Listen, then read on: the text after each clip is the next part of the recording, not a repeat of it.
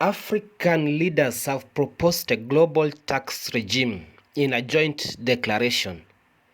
The Nairobi Declaration kept the three-day African Summit in Kenya's capital.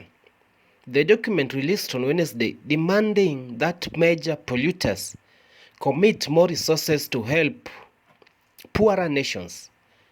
African head of states led by the President of Kenya,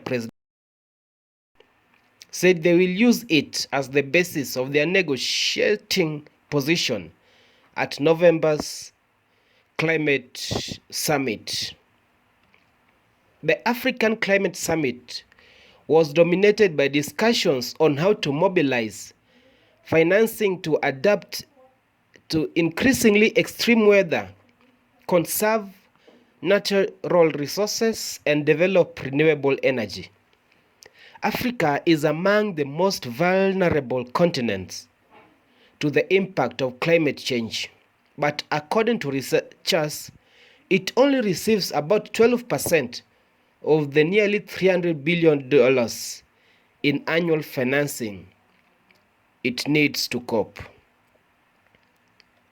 The Nairobi Declaration urged world leaders to rally behind the proposal for a global carbon taxation regime, including a carbon tax on fossil fuel trade, maritime transport, and aviation that may also be augmented by a global financing transaction tax. It said such measures will ensure large-scale financing for climate-related investments and insulted the issue of tax rises from geopolitical and domestic political pressures. Around 24 countries currently imposing taxes on carbon, according to the International Monetary Fund, but the idea of the global carbon tax regime has failed to gain much traction. On Tuesday, Kenya's current president William Ruto referred to past proposal in European Union for financial transaction tax. Conversations groups in 2011 said the money raised from the tax should finance environmental priorities, but the European Commission's proposal never won the anonymous approval required from the European Council to become a law. Some activists say the credits which allow polluters to offset emissions by funding green activities are a pretext for big polluters to keep emitting carbon dioxide. President William Ruto said international governments, development banks, private investors, and philanthropists committed to combine $23 billion to green projects over the 3 days, including hundreds of millions to major carbon markets initiative.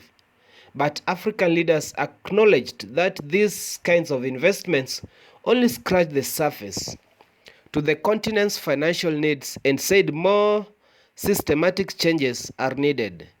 Some analytics said that summit had not focused enough on how to help Africans adapt to extreme weather. Protesters also criticized the conference, demonstrating outside the event against Nairobi's Africans' plan to sell carbon credits to foreign countries.